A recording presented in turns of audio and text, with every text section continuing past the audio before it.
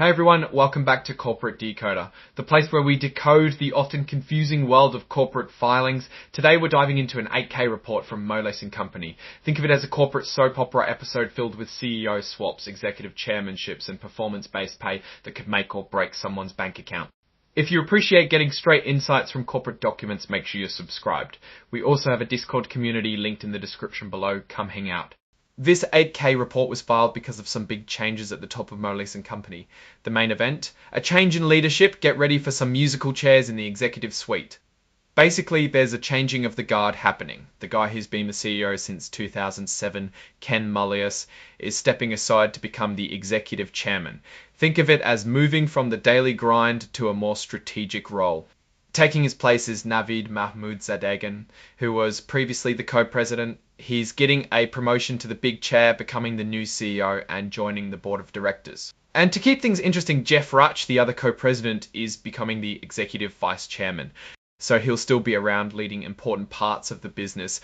All these changes will happen on October 1 of 2025. It's like a corporate reshuffle just in time for fall. Now let's talk about the money. To celebrate Navid Mahmoudzadegan becoming CEO, he's getting a special bonus in the form of something called performance units. Think of them as shares that he can only fully get if the company does really well. The idea behind this is to make sure that the new CEO is motivated to make the company's stock price go up. It's all about aligning his interests with the shareholders, so everyone wins if the company performs well. These performance units are a one-time deal, not part of his regular salary. These performance units have two conditions attached. First, the company's stock price has to hit certain targets. Second, he has to stick around for a while to actually get them, so it's not just about a quick stock price jump, it's about sustained performance over time. The performance part depends on something called the 20-day VBOP, which stands for volume weighted average price. Basically, they look at the average stock price over 20 days to see if it hits the targets. They'll check this every quarter and then again in 2030 to see how many performance units he's earned. Here's where it gets interesting. The higher the stock price, the more units he gets. If the stock price is less than $86, he gets $115 units.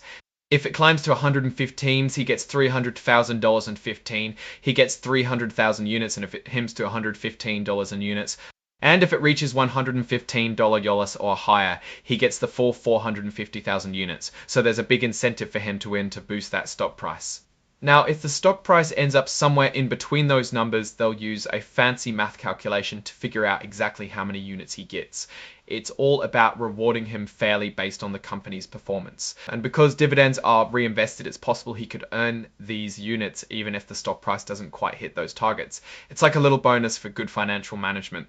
These share price targets are a 50%, 100%, and 150% dividend adjusted share price increase from the average share price for the 5 trading days from June 2, 2025 through June 6, 2025.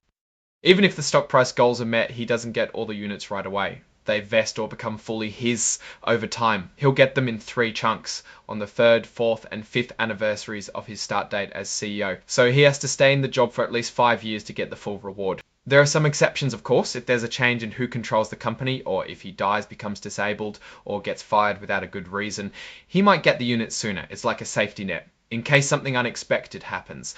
If you want all the nitty-gritty details, you can check out the full agreement, which is attached as an exhibit to this report, and the company's overall incentive plan, which was filed back in April of 2024. The company also put out a press release about these changes on June 9, 2025 to let everyone know what's going on. It's all about keeping investors informed. You can find a copy of that press release attached as an exhibit as well. So if you're curious, you can read the official announcement straight from the source. Now let's step back and look at the bigger picture. Moelis Co. is making a big bet on its new CEO, giving him a huge incentive to boost the company's stock price. Will he be able to do it? That's the big question. The targets are pretty ambitious, requiring significant increases in the stock price. It's a high risk, high reward situation. On one hand, this could be a great move. If the new CEO succeeds, shareholders will benefit and he'll get a nice payday. It's a win-win situation. On the other hand, if the company doesn't perform well, he could end up with nothing. It's a lot of pressure and it could lead to some risky decisions.